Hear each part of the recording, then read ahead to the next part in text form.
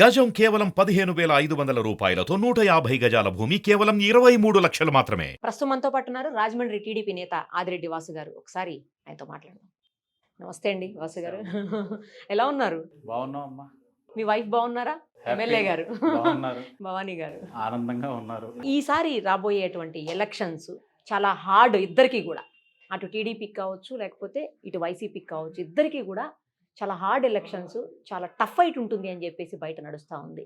నిజమా? అలాంటిది అలాగే అనిపిస్తోందా మీకేమన్నా, లేకపోతే కేక్ వాక్ అనిపిస్తోందా? కేక్ వాక్ అని నేను అనను, అలాగని టఫ్ ఫైట్ ఉందని కూడా నేను భావించట్లా. ఓకే. తెలుగుదేశం జనసేన కూటమి ఏదైతే వెళ్తా ఉన్నాం, ప్రజల దగ్గర నుంచి విశేషమైన స్పందన ఉంది. వీళ్ళ మీద వ్యతిరేకత మొదలైంది. ఎన్నికలు ఎప్పుడు వస్తాయని ప్రజలు వెయిట్ చేస్తున్నారు. ఓకే. టఫ్ ఫైట్ అనేది ఎక్కడా లేదు. అంటే వీళ్ళు అది సృష్టిస్తూ ఉన్నారు వైఎస్ఆర్సీపీ అనేది. మొన్నటి రోజున జగన్మోహన్ రెడ్డి గారు కాకినాడకి వచ్చినప్పుడే చూడొచ్చు మీరు. ఆయన మాట్లాడుతుంటే జనాలు ఉండడానికి కూడా ఇష్టపడతలేదు. అంటే ఒక అబద్ధం ఒక్కసారి చెప్తే నమ్ముతారేమో, అదే పని మీద చెప్తే జనాలకు కూడా కొద్దిగా నాలెడ్జ్ అనేది ఉంటుంది. అది నమ్మే పరిస్థితులు లేవు ఇంకా. నా ఉద్దేశంలోని వైఎస్ఆర్ కాంగ్రెస్ పార్టీ అభ్యర్థులు ఎవరైతే పోటీ చేస్తున్నారో వాళ్ళ ఆత్మ పరిశీలన చేసుకోవచ్చు. పోటీ నుంచి విరమించుకుంటే మంచిదేమో నేనైతే పర్సనల్గా ఫీల్ అవుతున్నాను. అంత వ్యతిరేకత ఉంది వైఎస్ఆర్ కాంగ్రెస్ పార్టీ మీద. సంక్షేమం ఎవరైతే తీసుకుంటున్నారో, ఆఖరికి ఏదైతే అప్పులు చేసి సంక్షేమం ఇస్తూ ఉన్నారో తీసుకుంటున్న వాళ్ళు కూడా కృతజ్ఞత లేదు ఈ ప్రభుత్వం పట్ల. జోబిలోంచి ఇస్తున్నారా? మా డబ్బే కదా ఇస్తున్నారు, మా మీదే కదా మళ్ళీ బాదుతున్నారు పన్నుల రూపంలో అని అడుగుతా ఉన్నారు. ఈసారి మీరే కాంటెస్ట్ చేయబోతున్నారని వింటున్నాం, మార్గాని భరత్ గారికి ఆ పొజిషన్లో, అవునా? అధిష్టానం అయితే చేయమని 8 months బ్యాకే బాబు గారితో 1-to-1 ఇంటర్వ్యూలో చెప్పడం జరిగింది స్పష్టంగా. దానికి అనుగుణంగానే నేను గ్రౌండ్ వర్క్ చేసుకుంటున్నాను, ఇంటింటికి తిరుగుతూ ఉన్నాను, కార్యక్రమాలు చేసుకుంటా ఉన్నాను, నాయకత్వాన్ని ఎక్కడికక్కడ పటిష్టం చేసుకుంటా ఉన్నాను. ప్రత్యర్థి ఎవరన్నది నేను ఆలోచించట్లేదు. భరత్ రావచ్చు, అంటే 5 సంవత్సరాలు 5 కోఆర్డినేటర్లు మారారు అర్బన్లో. ఇతను 6వ వ్యక్తి అవుతాడు, ఉంటాడో లేకపోతే లాస్ట్లో 7వ వాడు వస్తాడు, తెలీదు. ఎందుకని ఈసారి భవానీ గారు పోటీ చేయట్లేదు? ఎమ్మెల్యే గారు, మీ సిట్టింగ్ ఎమ్మెల్యే కదా. 19లో కూడా ఆవిడ చేస్తానని ఎక్కడ రాలా. నేను చెయ్యాలన్న ఆలోచనతోటే పనిచేశాను, అధిష్టానం కూడా అదే ఆలోచనతో ఉంది. కానీ చివరాఖరి నిమిషంలోని సార్ విమెన్కి ఇస్తే, ఒక పార్లమెంటేరియన్ కింద మాగంటి రూపా గారు, ఆవిడకి సపోర్టింగ్ ఒక మహిళకి ఇస్తే ఈక్వేషన్ బాగుంటుందని చెప్పి ఆయన నాకు ఎక్స్ప్లెయిన్ చేసిన దాన్ని బట్టి నేనైతే ఒకటే, అధిష్టానం నిర్ణయం అన్నది నాకు శిలాశాస్త్రం. బాబు గారు ఏ నిర్ణయం తీసుకుంటే దానికి నేను కట్టుబడి ఉంటాను. స్పష్టంగా చెప్పాను, ఆశించాను సార్ అంటే, నువ్వు ఆశించావు, నీకు ఇవ్వనని అనట్లేదు. వైఫ్ అయితే కొన్ని సమీకరణలు ఇచ్చే ఇద్దామని అనుకుంటా ఉన్నాను. అన్నిటికి మించి ఎర్రనాయుడు గారి పట్ల నాకు బాధ్యత ఉంది. రామ్మోహన్ నాయుడు అక్కడ ఎలా ఉన్నారు, భవానీ కూడా ఇస్తే నాకు ఆ సంతృప్తి అన్నారు. ఇంకా ఆ మాటతో నేను ఏమనుకుంటా, సార్ మీరు ఏ నిర్ణయం తీసుకుంటే ఆ నిర్ణయం కట్టుబడి ఉన్నాను, నెగ్గించుకొని తీసుకొస్తా ఉన్నాం. 30,000తో నెగ్గించుకొని తీసుకొచ్చాం. ఇప్పుడున్న పరిస్థితుల్లో ఒకటి ఇబ్బంది కలిగిన అంశం ఏంటంటే, 23 మందిలో ఒకే ఒక మహిళా ఎమ్మెల్యే. ఏ రోజు కూడా ఆవిడని స్వేచ్ఛగా పనిచేయనివ్వలేదు. సిటీ పరంగా ఒక ప్రోటోకాల్ విషయంలోనే ఆవిడ గౌరవం ఇవ్వలేదు. అసెంబ్లీ సాక్షిగా ఆవిడ కొన్ని అంశాలు లేవనెత్తినప్పుడు ఆవిడని ఇబ్బంది పెట్టి ఇష్టానుసారంగా ట్రోలింగ్ చేసినప్పుడు దిశ చట్టం వచ్చిన సమయంలో ఇబ్బంది పెట్టారు. అది భరత్రామ్ మనుషులే ప్రేరేపించి ఇష్టానుసారంగా ట్రోల్ చేశారు ఆవిడని కానీ నన్ను కానీ. స్పీకర్కి ఆవిడ ఇచ్చారు విత్ ఐడి ప్రూఫ్స్, ఎవరెవరు ఉన్నారో కమెంట్ చేశారు, ఐడి కమెంట్స్ కూడా ఇచ్చాం. పోలీస్ స్టేషన్లోని కంప్లైంట్ పెట్టాం, ఎక్నాలజ్మెంట్ ఇచ్చారు, ఏమీ లేదు. అంటే రాజకీయంలోని ఉన్న వాళ్ళైతే పోరాడతారు, అనుకోకుండా వచ్చిన వాళ్ళకి ఎలా ఉంటుందంటే, అసలు ఎందుకు వచ్చాను, ఏంటి, నాకు ఇది అవసరం అన్న భావన ఉంది. సో ఇవన్నీ పరిస్థితులు చూసి ముందు నుంచి నాకు చెయ్యాలని ఆలోచన ఉంది కాబట్టి, ఇద్దరు అనుకున్నప్పుడు ఇద్దరం బయటకు వచ్చేసి ఉన్న ఒక బాబుని దృష్టి పెట్టకుండా ఇది జరిగే పరిస్థితి కాదు.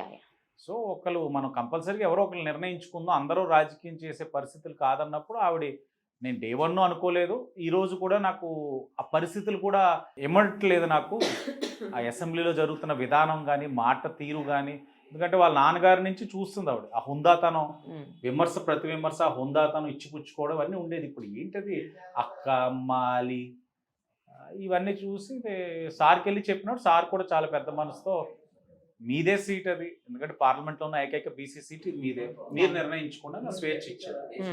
సో ఇంక నిర్ణయించుకుని సార్ మా అభిప్రాయం ఇదని చెప్పాం, దానికి ఆయన కూడా గౌరవించారు. లోకేష్ గారు అయితే ముందు నుంచి ఆయన ఆలోచన అయితే నన్ను చేయమనే, కానీ నేను పెద్ద ఆయన మాట ఏ రోజు కూడా కాదండి. ఆయన ఏ నిర్ణయం తీసుకుంటే లోకేష్ గారే నేనైనా ఈజ్ అవర్ బాస్, ఆయన ఏం చెప్తా చేయడమే కదా. కానీ ఇప్పుడేదో మీరు పోటీ చేస్తున్నారని అనుకోవటం కాదు, కానీ ఆవిడ ఎప్పుడైతే భవానీ గారు మీ వైఫ్ గెలిచి ఎమ్మెల్యే అయ్యారో ఆనాటి నుంచి కూడా షాడో ఎమ్మెల్యేగా మీరే పనిచేస్తున్నారని అంటా ఉంటారు అందరూ. మీరే ఎమ్మెల్యే అంటారు ఇక్కడ. చేస్తా, చెయ్యాలిగా. నేను ఒక బాధ్యతతోటి రాజమండ్రి ప్రజలకి ఆవిడ ఒక నా భార్యగా తెలుసు, కింజరాపు ఎర్రనాయుడు గారు అమ్మాయిగా తెలుసు, ఆదిరెడ్డి అప్పారావు గారు కోడలుగా తెలుసు. రాజకీయంగా అమ్మాయి ఏంటన్నది ఎవరికి తెలియదు. ఇప్పుడు అక్కడికి వెళ్ళి నేను అమ్మాయిని పోటీలో పెట్టినప్పుడు ఏ రోజు కనబడి నా ఇంట్లో నేను నా భార్యను తీసుకొచ్చి పెట్టినప్పుడు నాకు బాధ్యత ఉంది. ఇదిగో ఈ అమ్మాయికి ఓటేస్తే ఆవిడతో పాటు నేను కానీ ఆదిరెడ్డి అప్పారావు గారు కానీ ఒక ఎక్స్ఎమ్మెల్సీగా, ఆదిరెడ్డి వీరరాఘవం గారు మదర్ ఎక్స్ మేయర్గా మేము ముగ్గురు కూడా పనిచేస్తాం, ఒక ఓటుకి నలుగురు పనిచేస్తామని కూడా హామీ ఇచ్చాం. హామీ ఇచ్చినప్పుడు నేను నిర్వర్తిస్తాను. షాడో ఏంటి, అవసరమైతే ఎమ్మెల్యే కింద కూడా చేస్తాను. కానీ ఎమ్మెల్యేగా చేసి నేను ఏం సాధిస్తున్నాను?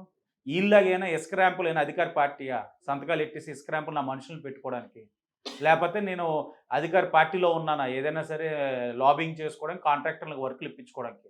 ప్రతిపక్ష పార్టీలో అందులోని ఇలాంటి పార్టీ అధికారంలో ఉన్నప్పుడు షాడో ఎమ్మెల్యేగా ఉన్నాము అని అంటే అది ఛాలెంజింగ్ జాబ్. అది కూడా ఆవిడకి అండగా నిలబడ్డాను, ప్రజల దగ్గరికి వెళ్తున్నాను, ప్రజల దగ్గర సమస్యలు వినడానికి వెళ్తున్నాను, వాళ్ళ సమస్యలు తీర్చడానికి వెళ్తున్నాను, పార్టీ బలోపేతం కోసం తిరుగుతూ ఉన్నాను. దాని మించి నేను ఆవిడ బాధ్యతల్లో దూరి ఏనైనా లాభం పొందానా? వీళ్ళెవ్వరికీ అడిగే హక్కు లేదు. అడిగితే ప్రజలు అడగాలి, ఓటేసిన వాళ్ళు 89,000 90,000 వచ్చిన వాళ్ళు అడగాలి. వాళ్ళు ఏం అడగట్లేదు, వాళ్ళు సంతృప్తిగా ఉన్నారు, మా పట్ల సంతృప్తిగా ఉన్నారు, మేము వాళ్ళకి అందుబాటులో ఉన్నాం, వాళ్ళకి సేవ చేస్తున్నాం, కష్టం అంటే నిలబడతా ఉన్నాం, పోరాడుతున్నాం, అన్ని చేస్తున్నప్పుడు ఇంకా ప్రజల్లోని అసంతృప్తి లేనప్పుడు వీళ్ళెవరు అడగడానికి? అంటే వాళ్ళు వచ్చి డైరెక్ట్ గా ప్రజలు అడగలేరు కదా, వాళ్ళ తరపున వీళ్ళు అడుగుతున్నారు. వాళ్ళ తరపున వీళ్ళు అడుగుతారంటే ఇంకా చాలా ఉన్నాయండి అడగాల్సినవి.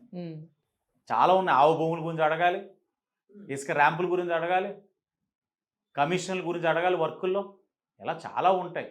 ఆదిరెడ్డి వాసు గారి వెనకాల గంజాయి బ్యాచ్, తర్వాత రౌడీ బ్యాచ్, తర్వాత బ్లేడ్ బ్యాచ్, తర్వాత గోండాల బ్యాచ్ ఎప్పుడు వెనకాల ఉంటుంది. ఈయన ఏం చేసినా సరే వాళ్లే ముందుండి అన్ని నడిపిస్తూ ఉంటారు, ఆయన వెనకాల ఎప్పుడు బ్యాచ్ ఉంటుందని చెప్పేసి డైరెక్ట్గా మీ అంటే మీకు ఎవరైతే ప్రత్యర్థులను వాళ్ళు డైరెక్ట్గా మాట్లాడినటువంటి పరిస్థితి. నన్న తమ్ముడు భర్తరామే అని ఉంటాడు, ప్రెస్ మీట్లు కూడా పెట్టి ఈరోజే ఇప్పుడు పోలీస్ సందర్భం బాగా వచ్చింది.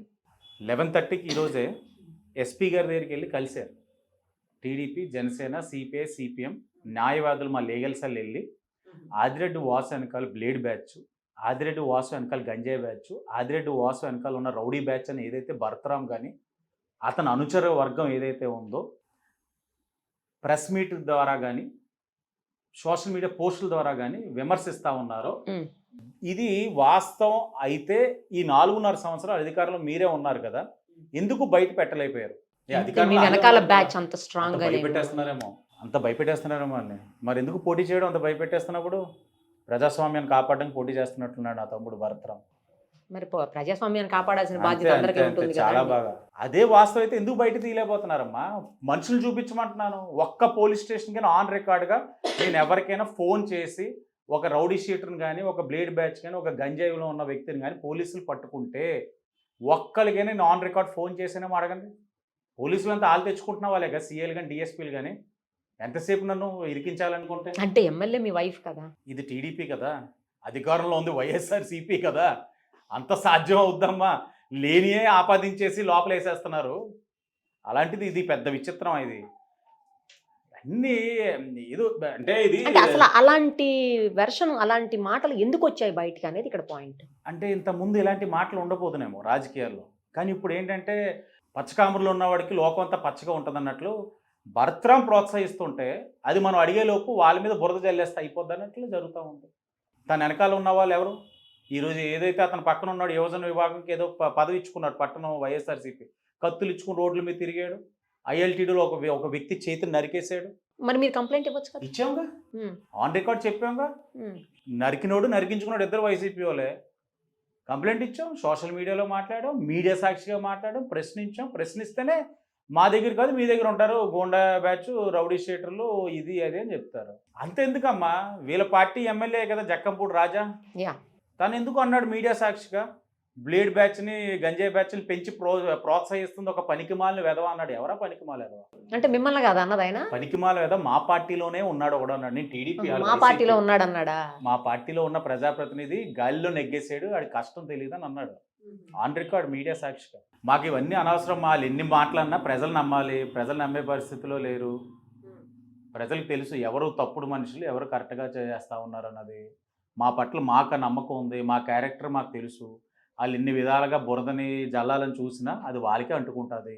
సో ఈసారి 100% పక్కా మరోసారి టీడీపీదే ఈ సీట్ అంటారు. పక్కా ఇది కంచుకోట, మరలా టీడీపీ అత్యధిక మెజార్టీతో ఇక్కడ నెగ్గిపోతా ఉన్నాం. టీడీపీ జనసేన కూటమి. కానీ ఏం అడిగి, అంటే ఏం చెప్పి మీరు ప్రజల్లోకి మళ్ళీ ఓటేయమని అడగడానికి వెళ్ళబోతున్నారు? ఎందుకు మీకు ఇక్కడ ప్రజలు ఓటేయాలి అంటే ఆన్సర్ ఏం చెప్తారు? ఇంతకుముందు రాజమహేంద్రవరంలో ఏదైతే అభివృద్ధి జరిగిందో, తెలుగుదేశం పార్టీ ద్వారా ఏదైతే ఒక నగరం ఈ రోజున ఒక అభివృద్ధి పదంలో ముందుకెళ్ళిందో, మరలా అవన్నీ జరగాలి అని అంటే తెలుగుదేశం పార్టీ రావాలి. ఈరోజు ఏదైతే అభివృద్ధి అని వాళ్ళు అనుకుంటా ఉన్నారో వైఎస్ఆర్ కాంగ్రెస్ పార్టీ, అది అభివృద్ధి కాదు, అది బ్యూటిఫికేషన్, సుందరీకరణ. సుందరీకరణకి అభివృద్ధికి మధ్యన వ్యత్యాస తెలియక వీళ్ళు ఏదో ఒక భ్రమలో ఉన్నారు. ఈ నగరానికి చాలా చేసుకోవాల్సిన అంశాలు ఉన్నాయి. అసలు అవన్నీ పక్కన పెడితే కనీసం మౌలిక వసతులు, ఒక రోడ్ కానీ ఒక డ్రైనేజ్ వ్యవస్థ కానీ సరైన విధంలో చేయించుకోలేని పరిస్థితులు ఈ నగరానికి ఉంది. ఒక అండర్గ్రౌండ్ డ్రైనేజ్ సిస్టమ్ పెడితే కానీ ఊరు బాగుపడే పరిస్థితులు లేవు. ఈరోజు మేము ఒక అధికారంలో కూడా అమృత్ అనే ఒక మంచి బ్యూటిఫుల్ పథకం తీసుకొచ్చాం, సెంటర్ స్టేట్ మ్యాచింగ్. ఆ పథకాన్ని 60% అమలు చేసిన తర్వాత అర్ధాంతరంగా ఆపేశారు. అదొక Sanjeevini Rajamahendravaram underground drainage system, అది ఆగిపోయింది, కొనసాగించాల.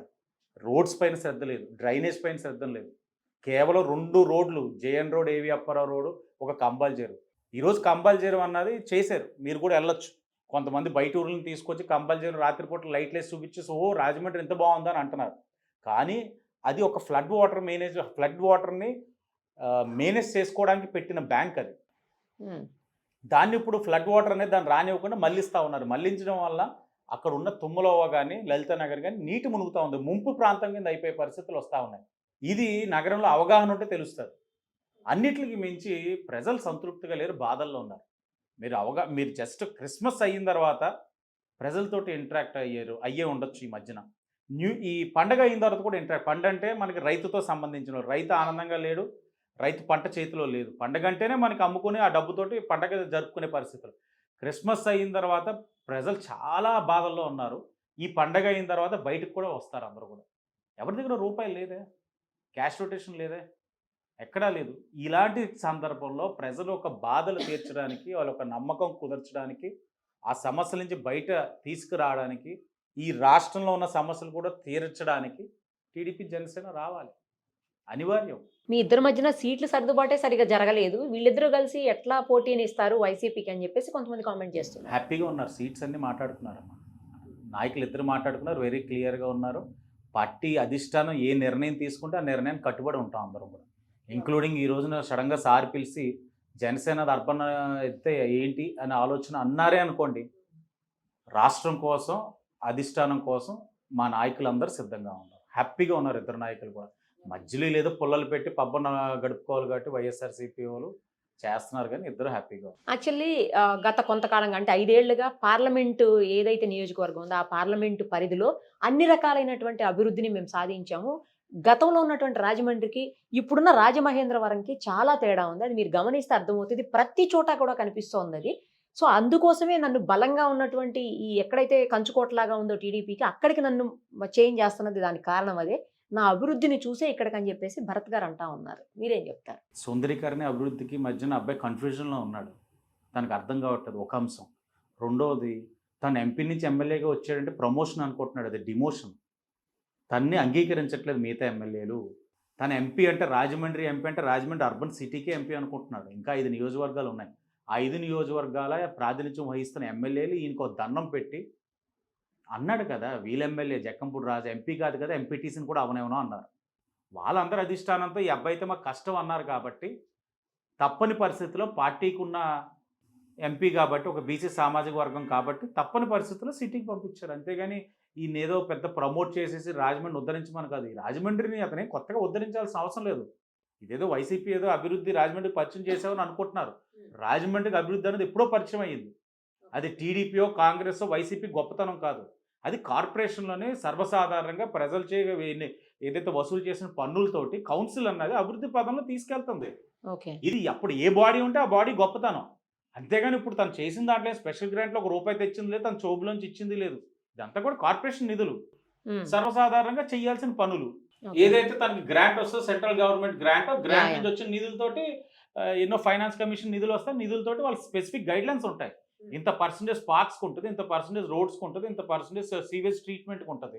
అవి చేసుకునేదే. అంతేగాని ఏది చేసినా నేను చేశానని చెప్తారు. అంటే గతంలో ఉన్న ఎంపీ చేయనిది నేను చేశానని ఆయన ఆయన ఆ భ్రమలో ఉన్నారు. గతంలో ఉన్న ఎంపీ గారు చేయాల్సిన బాధ్యత చేసుకున్నారు. అంటే గతంలో ఉన్న ఎంపీతో బాధ ఏమైందంటే ఇతను రాజమండ్రి సిటీ రోడ్లోనే ఉండిపోయాడు. గతంలో ఉన్న ఎంపీ 7 నియోజకవర్గాలు తిరిగాడు కాబట్టి ఊర్లో తక్కువగా కనిపించాడు. ఈ అబ్బాయి ఏంటంటే ముందు నుంచే ఉండుంటుంది ఆలోచన ఎమ్మెల్యేకి వెళ్దామని. అందుకని ఎక్కువ అర్బన్ రోడ్లోనే ఉండిపోయి ఉంటాడు. అందుకే 5 ఇన్ఛార్జీలు మారారు. ఇన్ఛార్జీలు మారడానికి కూడా 5 మనోడే కారణం. రైట్. కానీ అతనేమంటున్నారంటే ఇక్కడ రాజమండ్రిలో కంచుకోట టీడీపీకి, అది అందరికి తెలిసిందే. అలాంటి చోట ఇంత డెవలప్మెంట్ చూపించినటువంటి భరత్ గారు అయితేనే కరెక్ట్గా ధీటుగా ఎదుర్కోగలుగుతారన్న ఉద్దేశంతో ఆయన ఇక్కడికి పంపించారు అనేది అంటున్నది. నేను అలాగే అంటానమ్మా. నా వెర్షన్ నాకు ఉంటుంది, ఆయన వెర్షన్ ఆయనకు ఉంటుంది. చెప్పుకోవాలిగా జనాలకి ఏదో ఒకటి. ఇప్పుడు ఆయన ఎంపీ నుంచి ఎమ్మెల్యేగా వచ్చాడంటే అందరూ అడుగుతారు, అదేంటండి ఎంపీకి వెళ్ళాలి కదా, ఏంటి ఇలా చేస్తారంటే, అదేట్రా జక్కంపూడి రాజు ఎంపీ కాదు కదా, ఎంపీటీసీని కూడా అవనేమో నన్ను అన్నాడని చెప్పి చెప్పుకోలేడు. మిగతా ఎమ్మెల్యేలు నువ్వు అసలు మన నియోజకవర్గం రాకు మహాప్రభు అని దండం పెడుతుంది చెప్పుకోలేడు. చెప్పుకోలేనప్పుడు ఏం చెప్తాడు మన తమ్ముడు? తన బాధలు తనకు ఉంటాయి కదా. అందుకని పార్టీ నమ్మి ఎమ్మెల్యే ఇచ్చిందని చెప్పుకుంటున్నాడేమో. వై నాట్ 175 అని వాళ్ళు అంటున్నారు, వై నాట్ పులివెందుల అని చెప్పేసి మీరు అంటున్నారు. అంతే, కన్ఫర్మ్. ఏది confirm? Why not Pulivendula. Full sweep చూస్తారు.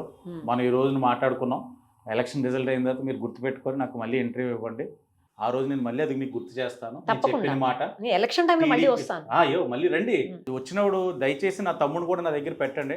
నా తమ్ముడు భరతరామ్ని ఇద్దరు కలిపి ఇలాగా సరదాగా కూర్చొని మాట, అంటే ఈ మధ్యన మాట్లాడట్లా, ఎదురుపడినా చూడలేకపోతున్నాడు ఏంటో కానీ మొహం చెదిరించుకుంటూ వెళ్ళిపోతున్నాడు. మీరు వచ్చినప్పుడు కాస్త మాట్లాడుకునే వాళ్ళు ఇద్దరు అంతకుముందు కలిసి తిరిగేవాళ్ళం. కలిసి తిరిగేవాడు నాతో. నేను అతని మీద పెద్దవాడిని. Okay okay. ఇప్పుడు కొద్దిగా ఎంపీ అయ్యాడు కదా, తనకి ఏంటో మరి ఇది ఫస్ట్ టైం అయ్యాడు కదా, ఉంటుంది అది తెలిసి తెలియంది, నేర్చుకుంటాడు. సో వై నాట్ పులివెందుల అయితే అంతే. 30 నుంచి 40 సీట్లకే పరిమితం అయిపోతుంది టీడీపీ అని మాట్లాడుతున్నారు వాళ్ళు. ఎవరు? వైసీపీ వాళ్ళు. స్టేట్ వైడ్ పబ్లిక్ని ఏదో ఒకలాగా కన్విన్స్ చేసుకోవాలి. వాళ్ళు ఓడిపోతున్నాం అనేది పబ్లిక్ ఒక నమ్మకంతో ఉన్నారు. గ్యారంటీగా వీళ్ళందరూ దుకాణం సర్దుకుంటారని క్లారిటీతో పబ్లిక్ ఉన్నారు. ఈ సమయంలో పబ్లిక్ ఒక మైండ్ డైవర్ట్ చేయడానికి 30-40 అంటారు. అదేంటి ఈరోజు అంబట్రాయుడు గారు వెళ్ళారు, ఏమన్నారు, అబ్బామ్మ ఏం పరిపాలన, జగన్మోహన్ రెడ్డి లాంటి విజనరీ యూత్ఫుల్ లీడర్ చూడలేదు అన్నాడు. ఈరోజు ఎందుకు యూటర్న్ చేసుకుని అంబట్రాయుడు వైసీపీకి రిజిగ్నేషన్ ఇచ్చాడు? ఆయన is also brand ambassador for ఆడుతా ఆంధ్ర. అంటే 340 మంది ఎంతో మా రోజమ్మ చెప్పింది బ్రాండ్ అంబాసిడర్ ఎవరో నాకు తెలియదు, కానీ ఒక్కటే అంబట్రాయుడు గారు కనబడ్డారు. అతను ఈరోజు పార్టీని వదిలి కొన్ని రోజులు రాజకీయాలు దూరంగా ఉంటానని చెప్పాడు. ఎమ్మడలేరమ్మా అక్కడ. వెళ్ళిందా గ్రౌండ్ రియాలిటీ తెలిసింది. ఎందుకు ఇంకోటితో శత్రుత్వం పెంచుకోవడం అని చెప్పి కామ్గా సర్దుకున్నారు. రైట్. చూద్దామండి రాబోయే రోజుల్లో మీరు అన్నట్లు ఏం జరుగుతుంది. రాజమహేంద్రవరం సీటు వాసు గారిదా లేకపోతే భరత్ గారిదా ప్రజలే నిర్ణయిస్తారు. థ్యాంక్ యూ అండి. All the very best. Thank you so much.